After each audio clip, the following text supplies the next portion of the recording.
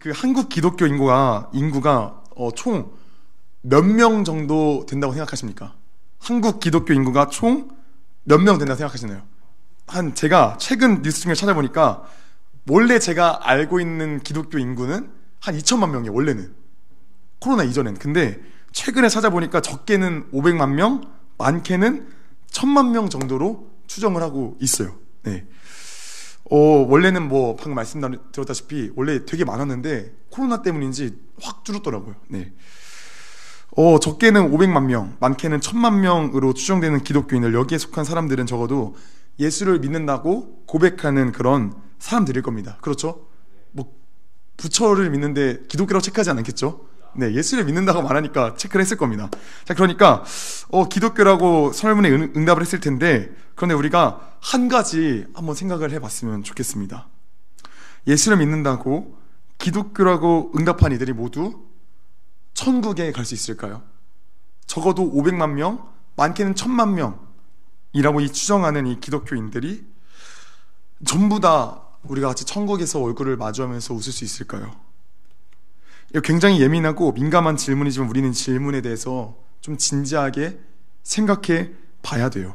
왜냐하면 예수님께서도 뭐라 말씀하셨냐면, 예수를 믿는다고 말하는 그 공동체 안에서조차도 알곡과 가라지로 나뉜다라고 말씀을 하셨거든요. 알곡과 가라지, 이게 쉽게 말하면은 천국 가는 이들도 있고 지옥 가는 이들도 있다라는 거예요. 또 예수님께서는 이뿐만 아니라 자신을 따르는 길이 어떤 길이라 말씀하시냐면 십자가의 길이라고 말씀을 하셨는데, 동시에 이 좁은 길이라고도 말씀을 하셨어요. 그러면서 뭐라 말씀하셨냐면, 이 길은 좁고 길이 협착해서 찾는 이가 적다라고 말씀하셨어요. 자, 이 말은 즉슨 예수 믿는다고, 교회 다닌다고 설문조사에 기독교 체크란에 체크를 해도, 종교란에 기독교를 적어도 우리가 모두 다 천국에 가는 것이 아니다라는 겁니다. 여러분, 예수를 믿는다고 말하는 이들 가운데도 진짜와 가짜가 있다라는 것을 우리가 알 수 있어요. 자, 그렇다면 무엇으로 진짜와 가짜를 우리가 구별할 수 있을까요? 마태복음 7장 19절부터 20절 말씀을 보면 이 질문에 대한 해답을 줍니다. 우리 같이 읽겠습니다. 시작. 아름다운 열매를 맺지 아니하는 나무마다 찍어 불에 던져지느니라. 그들의 열매로. 아멘. 성경은 무엇으로 안다라고 지금 이야기를 하고 있죠? 네, 열매로 안다라고 지금 이야기를 하고 있습니다. 열매로 진짜와 가짜를 구별할 수 있다라고 지금 이야기를 하고 있어요. 그렇다면 성경에서 이야기하는 열매란 과연 무엇일까 생각해 보면, 일단 열매라고 했을 때 굉장히 넓은 범위에서 이야기를 할 수 있어요. 이 열매라면은 진짜 정말 많은 범위에서 몇 주 동안 설교를 할 수 있는 그런 내용이에요. 그런데 우리가 오늘 본문 말씀을 통해서 그 열매의 그 가장 핵심적인 부분들을 좀 한번 살펴보려고 합니다. 자, 오늘 본문 말씀에는 일단 교회를 다녀보지 않은 사람들도 어느 정도 알 법한 그런 비유의 내용이 나와 있어요. 이 비유는 일명 뭐라고 이야기하냐면 선한 사마리아인 비유라고 이야기를 하는데, 혹시 이 비유에 대해서 혹시 들어본 적 있나요, 선배? 예, 다행입니다. 제가 이야기할 수 있는 거예요. 네, 감사합니다. 예, 이 비유를 간략히 소개하자면 좀 이런 내용이에요. 어느 한 사람이 예루살렘이라는 동네에서 이제 여리고라는 동네로 이제 가는 중에 강도를 만나게 되었는데, 이 강도들이 이 사람을 거의 반 시체 상태로 만들어 버린 거예요. 이 사람의 생명은 지금 굉장히 위태로운 상황으로 되어졌습니다. 얼른 응급조치를 취해야만 생명을 건질 수 있는 그런 위태로운 상황이었죠. 자, 그런데 때마침 하나님의 제사장이라는 그런 사람이 그곳을 지나가고 있는 거예요. 오늘날로 말하면 저 같은 전도사나 아니면 목사님들이 이렇게 지나가고 있는 거죠. 이렇게 지나가고 있는데 그 제사장이 얼른 응급조치를 취하면은 큰 위험 없이 이 사람이 이제 살 수 있게 되어지는 거예요. 그런데 이 제사장이 어떻게 하냐면은 이 사람을 보고도 나 몰라 하면서 그냥 지나가 버리는 거예요. 그냥 자기 갈 길을 가버리는 거예요. 이어서 제사장을 도와 성전 일을 하는 그 레위인이, 오늘날로 치면 그리스도인이 이곳을 또 지나갔어요. 지나가는데 이 레위인도 어떻게 하냐면은 제사장과 같이 그를 보고 피하여 그냥 슉 지나가는 거예요. 강도만한 사람은 그렇게 생명의 심지가 점점 꺼져만 가고 있었어요. 점점 살 가능성은 희박해져만 갔고, 이 사람은 죽음의 문턱 앞에 지금 이르르게 되었습니다. 그런데 그때 어느 한 사마리아 사람이라는 사람이 이렇게 지나가요. 이 사람도 앞선 제사장과 레위인처럼 그냥 그를 외면하고 그냥 그를 쫙 지나갈 줄 알았는데 갑자기 그가 멈춰서더니 다 죽어가는 그 사람을 향해 손을 뻗어서 그 사람을 향해 응급조치를 하기 시작하는 거예요. 그리고 나서 그 사람을 자신의 짐승에 태워서 근처 여관으로 가서 그 사람을 다음날까지 친히 돌봐줬어요. 그 사마리아 사람의 돌봄과 정성으로 인해서 그 사람은 목숨을 부지할 수 있었어요. 자, 사마리아 사람은 그런데 이 사람의 생명을 다 살려놓고도 모자라서 이 사람을 여관 주인에게 이렇게 부탁을 해요. 자신의 돈을 주면서 이 사람이 나을 때까지 잘 보살펴 주세요. 제가 만약에 비용이 더 들면 제가 돌아오는 길에 비용을 더 드릴 테니까 이 사람을 꼭 잘 돌봐주세요라고 하면서 갈 길을 하고 떠난 겁니다. 여러분, 지금 이 지금 강도받는 사람에게서 지금 누가 지금 지나갔죠? 제사장과 레위인과 사마리아인 사람이 지금 지나갔습니다. 그렇죠? 여러분, 그렇다면 이 세 사람 중에서 누가 좋은 이웃인가요? 누가 좋은 이웃인가요? 제사장이 좋은 이웃이었나요?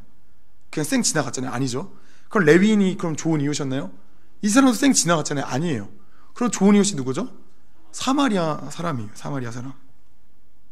사마리아 사람이 그의 좋은 이웃이었어요. 그래서 이 비유를 우리가 선한 사마리아인 비유다라고 지금 우리가 이야기를 하고 있는 거예요.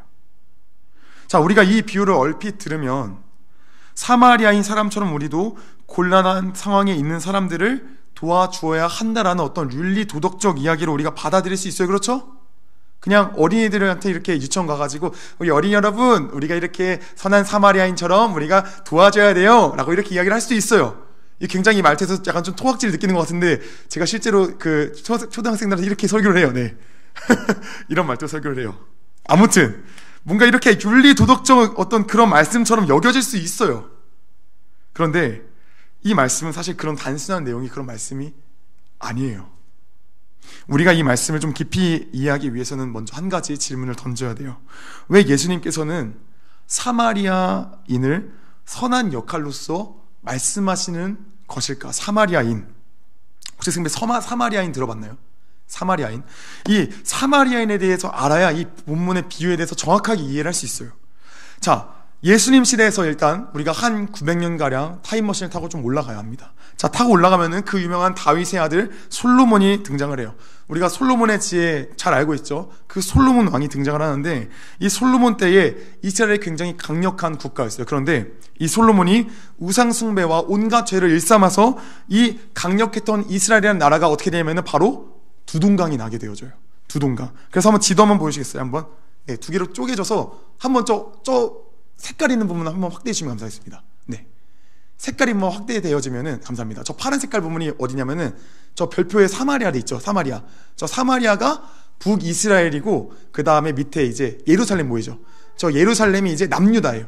남유다와 그 다음에 북이스라엘로 두동강이 난 거예요. 마치 오늘날의 우리나라의 이제 북한과 남한과도 같죠. 이렇게 갈리게 된 거예요. 이렇게 갈려졌는데 이 두 나라의 관계가 어땠을 것 같나요? 서로 막 사이좋게 오순도순하면서 아이고 우린 같은 형제지 이러면서 막 하이파이브하고 막 이렇게 하면서 막 사이좋게 지냈을 것 같나요? 사이좋게 지내지 않았어요. 물론 사이가 좋을 때도 분명히 있었는데 보통 일반적으로 사이가 안 좋았어요. 자, 그러다 보니까 이 남유다 사람들이 일방적으로 이 사람들을 굉장히 뭐 좋아하지 않았는데 역사를 타고 흘러가다가 결정적으로 남유다 사람들이 저 예루살렘을 중심으로 한 남유다 사람들이 사마리아를 중심으로 한 저 북이스라엘 사람들을 경멸하기 시작한 사건이 하나 발생하게 되어져요. 그게 뭐냐면은 자, 북이스라엘 나라가 후에 아시리아라는 나라한테 멸망을 당해요. 아시리아. 세계사에서 들어본 적 있을 거예요. 아시리아라는 나라에 멸망을 당했는데 이 아시리아 나라가 굉장히 똑똑한 나라였어요. 왜냐면은 이 아시리아가 정복한 나라들이 반란을 일으키지 못하도록 어떤 정책을 펼쳤냐면은 혼혈 정책을 펼쳤어요. 뭐냐면은 아시리아 사람들을 그 지방에 정복한 나라에 살게 해가지고 아시리아 사람과 그 땅 정복한 그 원주민들과 결혼하게 하는 거예요. 자, 결혼하게 하면은 원래 어제까지만 해도 이 아시리아 나라는 나의 원수 국가였어. 그런데 아시리아 사람과 결혼하니까 이제는 오늘 또 이제 나라가 어떻게 돼? 그냥 내 나라가 된 거예요. 그럼 이 사람들이 감히 방역을 꿈꿀 수 있을까요? 내 나라니까 이제 꿈꿀 수가 없는 거예요. 그렇게 아시리아는 굉장히 지혜롭게 이 나라들을 정복해 갔어요. 자, 그런데 아시리아 나라가 저 사마리아, 저 북이스라엘 땅을 점령하니까 저렇게 혼혈 정책을 펼치게 되어져서 이제 피가 섞이나요, 안 섞이나요? 섞이게 되어졌어요. 이제 유대 혈통이 아니라 이제 그 아시리아 사람과 섞이게 되어진 거예요, 피가. 자, 그런데 유대인들에게는 어떤 그 의식이 있었냐면은, 우리는 하나님의 거룩한 선민이다 해가지고 우리는 뭔가 좀 그 특별한 자부심이라는 게 있어요. 이방인들과 통혼을 하면 안 됐어요. 결혼하면 안 됐어요. 그런데 저 북이스라엘 사람들이 지금 결혼을 했어요, 안 했어요? 결혼을 한 거예요. 그래가지고 이 남유다 사람들이 이제 그때부터 저 북이스라엘 사람들이 손찌검을 하기 시작한 거예요. 저 더러운 것들. 어떻게 거룩한 하나님의 백성들이 어떻게 저 더러운 이방인들과 결혼을 할 수 있어? 이렇게 손찌검을 하기 시작한 거예요. 경멸하기 시작한 거예요. 그리고 이때부터 사이가 완전히 확 틀어지기 시작했어요. 그리고 후에 더 관계가 나빠지는데, 남유다가 바벨론이라는 나라에 의해서 또 멸망하게 되어져요. 그런데 저 예루살렘에는 뭐가 있냐면은 하나님의 성전이 있었거든요. 하나님의 성전. 유대인들은 하나님의 성전에 모두가 다 모여가지고 예배를 드렸어요. 그런데 하나님의 성전이 이때 바벨론 사람들에서 완전히 무너졌어요. 그런데 후에 바벨론에서 이제 포로 생활하다가 이스라엘 사람들이 포로를 마치고 이제 돌아왔어요. 자, 그럼 가장 먼저 뭐라 할까요? 하나님의 성전을 재건하는 거예요. 자, 재건을 하려고 하는데 그때 누가 방해를 하냐면은 바로 사마리아 사람들이 방해를 했어요. 사마리아 사람들이. 자, 사마리아 사람들이 방해를 하니까, 원래부터도 저 인간들은 이 아시리아 사람들과 혼혈을 해서 우리의 그런 거룩한 선민들의 그런 사상들을 완전히 박살낸 애들인데, 쟤네들이 거룩한 하나님의 성전을 짓는 것을 방해까지 하니까 저들에 대한 인식이 어떻겠어요? 더 극악으로 치달았겠죠. 관계가 이제 안 좋아졌는데, 이 관계가 이제 더 클라이막스로 이제 이른 사건이 또 하나가 발생하게 돼요. 그게 뭐냐면은, 모든 이스라엘 백성은 예루살렘에 모여서 하나님께 예배를 드린다 말씀드렸죠, 방금. 그런데 예루살렘 사람들이, 남유다 사람들이 저 북이스라엘 사람들을 이제 여기 못 오게 하는 거예요. 그러니까 북이스라엘 사람들 입장에서는 자기들도 예배 드릴 때가 있어야 되잖아요. 그래가지고 자기들만의 예배 지을 곳을 하나 그리심산이라는 곳에 지었어요. 그런데 예수님 오시기 100년 전쯤에 이 남유다 사람들이 어떻게 하냐면은, 그들이 예배 드리는 그 그리심산 성전에 쳐들어가서 그 성전을 완전 부셔버린 거예요. 그러니까 사마리아인이 화가 날까요, 안 날까요? 화가 잔뜩 나죠. 아니, 예루살렘에 예배 못 드리게 하는 것도 화가 난데, 자신들이 예배 드리는 그 그리심산 성전도 완전히 빠개버리니까 그냥 얘네가 화가 난 거예요, 막. 그래가지고 이 사마리아 사람들이 벼르다가 예수님 오시기 8년 전쯤에 어떤 일을 하냐면은, 예루살렘 성전에 몰래 들어가서 죽은 사람의 뼈를 완전 사방에 딱 뿌려가지고 이 성전을 완전 더럽게 했어요. 부정하게 했어요. 그래서 이 남유다 사람들과 사마리아 사람들은 완전히 그냥 대척점에 쓴 거예요. 그때부터 완전히 그냥 원수관계예요. 이거는 우리나라와 북한과의 이 악연의 관계도 역사가 그리 길지 않죠. 100년도 채 되지 않아요. 그런데 이 사마리아인과 유대인의 이 악연은 자그마치 몇 년이냐면 700년이에요. 그러니까 이 예수님 시대 유대인들은 사마리아인들에 대해서 어떤 마음을 가졌냐면은, 저 사마리아인들은 개와 같다. 저 기어다니는 개와 같은 존재들이다. 그래서 상종도 하지 않았어요. 그냥 마주쳐도 유대인들은 사마리아인들에게 말 절대 안 걸었어요. 죽어도 안 걸었어요. 완전히 원수관계여가지고. 자, 이런 상황에서 예수님은 선한 역할을 지금 사마리아인에게 지금 부여하고 있고, 오히려 악한 역할을 이 비유 가운데서 유대인 중에 유대인이라 불리는 제사장과 레위인에게 지금 부여한 거예요, 지금. 자, 왜 이렇게 설정을 했는지 뭔가 대충 감이 오는데, 그래도 이 감을 그냥 느낌적으로 아는 게, 우리가 보다 정확하게 알려면 오늘 25절부터 29절까지의 내용도 조금은 알아야 돼요. 자, 빠르게 간략하게 좀 설명을 또 드릴게요.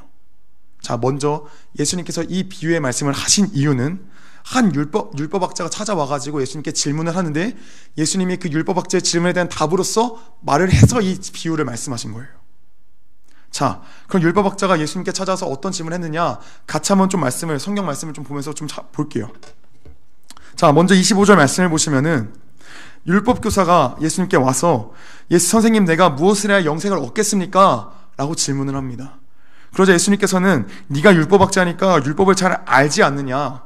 율법에 뭐라 기록되어 있고 너는 그걸 어떻게 해석하느냐? 질문을 하세요. 그러자 율법학자는 너무나도 모범 답안을 이야기를 해요.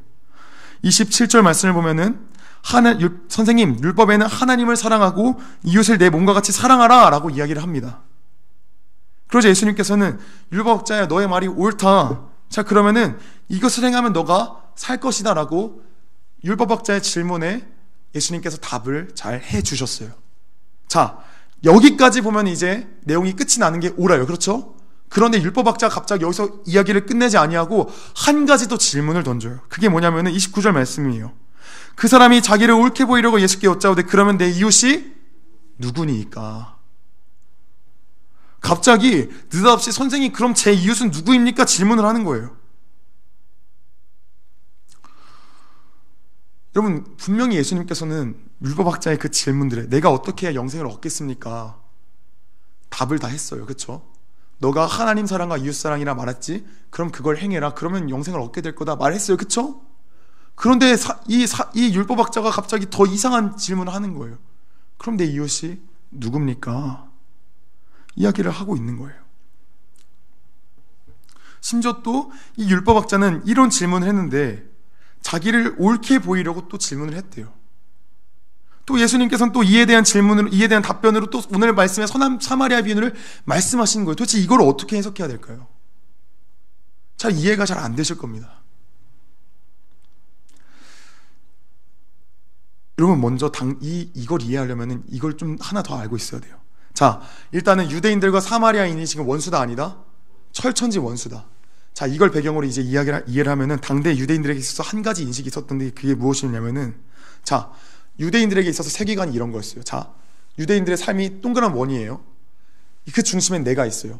그리고 가까운 원에는 가족이 있어요. 그리고 이 원의 가장 바운더리, 그 가장 끝부분에는 유대 민족이 있어요. 자, 이 원 안에 있는 바운더리 안에 있는 자들은 전부 다 나의 이웃이에요. 자, 그런데 그렇다면 이 원 바깥에 있는 자들은 누가 있을까? 이 원 바깥에 누가 있냐면은 이방인과 사마리아인이 있는 거예요. 자, 이 원 바깥에 있는 그 사마리아인과 이 이방인들은 이웃이 아니라 뭐였냐면 이웃의 정반대 원수들이었어요. 원수들. 그리고 이 안에 있는 자들만 이웃이었어요. 그래서 성경을 보면 이 율법학자가 예수님에게 내 이웃이 누구입니까를 묻는 그 동기가 자신을 옳게 보이기 위해서라고 적혔는데, 정리하면 이런 거예요. 이것만 잘 들으면 돼요. 율법학자에게 있어서 이웃사랑의 범주는 사마리아인과 그 이방인이 포함되어 있지 않았어요. 이건 당시 당연한 관념이자 상식인 거예요. 이 율법학자에게 있어서 이웃이란 자신의 가족들과 유대 민족인 거예요. 그러니까 이 유대인이 이런 거예요. 예수님께 찾아와가지고 자신을 인정받고 싶은 거예요. 그래가지고 당연히 자기가 아는 내용들을 뻔히 다 이야기하고 있는 거예요. 주님, 영생을 얻으면 어떻게 해야 됩니까? 사마리아인 이 율법학자 알았겠죠. 하나님 사랑, 이웃 사랑. 예수님 맞다 하셨어요. 옳다 하셨어요. 그러면은 이웃이 누구입니까? 라고 물을 때 그 안에 내포해 있던 그 마음이 무엇이었냐면은, 나는 내가 이웃이라고 생각하고 있는 그 유대 민족들과 내 가족들에게 나는 사랑을 잘 하고 있어. 그럼 예수님께서 뭐라 말씀하실까요? 그거야. 너 영생을 얻는 자야. 이걸 인정받고 싶었던 거예요. 너 잘하고 있어. 이거 칭찬받고 싶었던 거예요. 그래서 이 율법학자가 자신을 옳게 보이려고, 내가 영생 얻은 자라는 것을 인정받기 위하려고 내 이웃은 누구입니까? 라고 질문했던 거예요. 그런데 예수님께서 뭐라 말씀하셔? 선한 사마리아인 비유를 통해서 뭐라 말씀하시죠? 선한 사마리아인 비유를 통해서 말씀하시는 건 이거예요. 너의 이웃은 너가 한정하는 그 바운더리 안에 있는 그 율법 유대 민족들과 너의 가족들뿐만이 아니라 너가 원수처럼 여기는, 철천지 원수처럼 여기는 사마리아인도 너의 이웃이다. 너는 그 이웃의 범주를 유대인들로 국한시키며 다른 어떤 사람이 나의 이웃이 될 것인지만을 생각하지만 너를 도움으로 필요하는 모든 자들의 이웃이 되어줘야 한다라는 것을 비유를 통해 말씀하고 계시는 거예요. 이해가 되십니까? 사랑하는 여러분, 여러분에게 있어서 이웃이 누구입니까? 율법학자와 동일하게 나에게 있어서 이웃이라는 게 좀 정해져 있지 않나요, 혹시? 내가 사랑할 만한 어떤 조건을 갖춘 사람, 예를 들어서 키는 이 정도가 되고, 외모는 이 정도가 되어야 되고, 몸무게는 이 정도가 되어야 되고, 그 다음에 성격은 이 정도가 되어야 하는 그 사람 정도만 내가 사랑하는 이웃이 아닙니까? 당대 율법학자도 똑같았어요, 이거나. 당대 율법학자도 자신에게 있어서 그 바운더리 안에 있는 사람들만 그의 이웃이었어요. 그런데 우리도 마찬가지예요, 사실은. 저도 사실 솔직히 고백하면 저도 중학교랑 고등학교 때 친구 사귈 때 저의 바운더리 기준이 있었어요. 제 바운더리 기준 안에 아니었으면 솔직히 걔랑 안 어울렸어요. 그냥 적당히 그냥 나쁜 사람이긴 싫으니까 그냥 적당히 관계만 유지했지 이 사람이랑 친하게 지내지는 않았어요. 여러분이 솔직히 말해서 우리는 내 기준점에 이르지 못한 사람은 내 이웃이 아니에요. 여러분, 우리의 모습은 사실 이 선한 사마리아인 비유의 말씀만 들으면 솔직히 나는 선한 사마리아인 같아요. 그런데 이 말씀을 깊이 묵상하다 보면은 솔직히 나는 선한 사마리아인보다는 제사장과 레위인 같아요. 나는 저 사람을 만지면 뭔가 좀 문제가 있을 것 같아요. 여러분, 제사장과 레위인이 그냥 지나간 이유는 그거예요. 제사장과 레위인이 이 율법의 말씀에 보면은 시체를 만지면 부정해지거든요. 그러니까 제사장이랑 레위인은 그 시체를 만지면 부정해지니까 그냥 그 이웃을 사랑하는 그것보다는 그 의식이 더 중요했던 거예요. 그냥 그 거칠애가 더 중요했던 거예요. 우리 학교에서 사실 이런 거 있죠. 왕따인 친구들 내가 어울려주면 사람들이 뭐라 할까? 우리 솔직히 이런 거 있잖아요, 그렇죠? 마찬가지인 거예요. 제사장들과 이 레위인이 그냥 그를 지나간 이유는 그런 마찬가지였어요. 겉으로 보여지는 의식, 겉으로 보이는 외식된 그런 모습들, 저 사람이 나를 어떻게 생각할까? 내가 저를 도와주면 저 사람들이 나를 어떻게 생각할까? 나를 부정하다 생각하겠지. 이런 거였어요.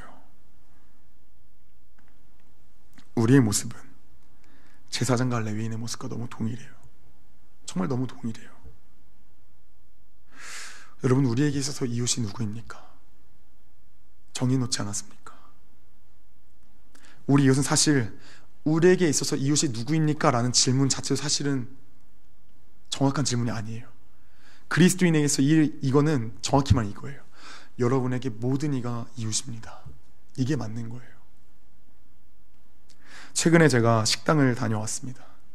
식당을 다녀서 제가 큰 깨달음을 얻었는데 그게 뭐냐면은, 여러분 밥 먹을 때 식기도 합니까 안 합니까? 식기도 뭐라 기도하십니까? 저는 개인적으로 기도하면 하나님 이 음식 주시면 감사합니다. 이 음식 먹고 이게 습관적인데 이 음식 먹고 기 183까지 크게 해서 예수님 이름 기도합니다. 사실 이렇게 기도를 해요. 예, 먼저 음식 주시면 감사하고 183까지 크게 해주셔서 이렇게 기도를 하는데, 제가 이번에 점심에 순대곱창을 먹으러 갔다 왔는데 그냥 너무 배가 고파서 아무 데나 막 솔직히 들어갔어요. 그런데 들어가니까 이 순대곱창집만의 여러분 분위기가 있지 않습니까? 그렇죠? 그런데 가니까 이 순대곱창집과는 뭔가 거리가 좀 멀어요. 약간 양식집 같아요, 솔직히 분위기가. 그래가지고 가가지고 뭔가 먹는, 솔직히 이미 먹기 전부터 솔직히 좀 이게 기대가 안 되는 거예요. 그래가지고 막 계속 막 불평불만 내뱉었지. 이게 무슨 순대국밥집이냐? 이거 양식집이다. 말이 되냐? 그때 점심시간에 되게 분주했거든요. 근데 저희가 순대 철판볶음을 시켰는데, 보통 작으로 순대 철판볶음 시키면은 어떤 서비스가 있어야 되냐면은 다 익을 때까지 두 나무 주걱으로 야무지게 이렇게 흔들어 줘야 됩니다. 그런데 아주머니가 바빠가지고 그걸 놓고 그냥 가시는 거예요. 그래서 여기 괜히 왔다. 딴 데 갈걸. 이걸 입 밖으로 막 그냥 막 토해냈어요, 막. 그리고 먹는데도 뭔가 맛이 뭔가 좀 부족한 것 같아. 뭔가 좀 아쉬워, 뭔가. 제가 입 밖으로 막 아주 그냥 불평불만을 그냥 폭풍과 같이 그냥 쏟아냈습니다. 그런데 제가 이 음식을 먹으면서 어떤 걸 제가 느꼈냐면은, 제가 분명 기도를 했습니다. 주님, 이 음식 주심에 감사합니다라고 기도를 했습니다. 그런데 저는 이 음식에 감사를 전혀 하지 않는 거예요. 일단 첫 번째로 이 음식에 감사를 전혀 하지 않았고, 저는 이 음식 자체가 그냥 제가 돈을 냈으니까 이 정도 맛은 와야 되고 서비스 와야 된다고 생각을 했어요. 그런데 여러분, 제가 그 상황을 선한 사마리아인 비유에 들이대면, 아주머니 혼자 일하셨거든요. 그 바쁜 점심 피크타임에. 그런데 그 바쁜 점심 피크타임에 아주머니 혼자 일하시는데, 저는 그 아주머니를 보면서 그냥 감사히 여기기보다는 그냥 온갖 말투로 그냥 그 아주머니를 죽였거든요. 온갖 비방과 온갖 정죄의 말들로 그 아주머니를 죽였거든요. 여러분, 저는 선한 사마리아인인 줄 알았어요. 솔직히 말해서. 전 진짜 제가 좀 솔직히 도덕적으로 좀 제가 그냥 성격상 제가 남들에게 피해 끼치는 걸 잘 못하거든요. 그래서 저는 제가 지금까지 선한 사마리아인인 줄 알았어요. 그런데 제가 음식점에서부터 저는 선한 사마리아인이 아니더라고요. 저는 그를 죽이는 사람이더라고요. 저는 그냥 그 사람을 보면서 그냥 그 당시에 입을 죽이고 그냥 은혜로 감사합니다 하면 먹으면 되는데 그걸 못하더라고요. 저는 그 식당에서 선한 사마리아인이 아니라 그냥 저는 제사장과 레위인이더라고요. 여러분, 우리가 어떤 은혜를 받았습니까? 우리가 강도 만난 자와 같이 죽어가는 자들이었는데, 이미 죽은 자였는데 주님께서 우리를 불쌍히 여기셔서 우리를 살려주셨습니다. 주님께서 그냥 지나가지 않으시고 우리를 불쌍히 여기서 우리를 살려주셨습니다. 우린 주님께 그런 원수와도 같은 그런 죄인들이었습니다. 성경에서도 이를 증언해요. 로마서 5장 8절을 보시면은 앞부분에 이렇게 기록이 되어 있어요. 우리가 아직 죄인 되었을 때라고 기록이 되어져 있어요. 우리는 원수와도 같은 그런 죄인들이었는데 주님께서 우리를 살려주셨어요. 여러분, 우리는 이 은혜를 받았는데 우리는 왜 여전히 제사장과 레위인일까요? 우리는 이 은혜를 받았는데 여전히 제사장이고 여전히 레위인이에요. 여전히 선한 사마리아인 같지만 여전히 우리는 그렇지 못해요. 사랑하는 여러분, 우리가 이 은혜를 받은 자라면 선한 사마리아인의 모습이 우리에게 나타나기를 원합니다. 여러분, 이 비유에서 정말 재미난 포인트가 무엇인지 아십니까? 강도 만나 죽어가는 사람이 유대인인지 사마리아인지 나타나지 않는다라는 겁니다. 사마리아인은 그를 보자마자 어떤 마음 품었냐면, 저 사람 유대인일까? 저 사람 사마리아인일까? 이거 재지 않았어요. 그를 보고 어떤 마음이냐면 그를 불쌍히 여기는 마음으로 바로 나아갔어요. 불쌍히 여기는 마음으로. 그런데 재미난 표현이 무엇이냐면은, 이 불쌍히 여겨가 성경의 동일한 표현에 어디에 사용되었냐면, 예수님께서 우리를 바라보실 때에 저들을 불쌍히 여겨 할 때 똑같이 표현이 되어져 있어요. 이 똑같은 단어로 표현되어져 있어요. 불쌍히 여겨. 여러분,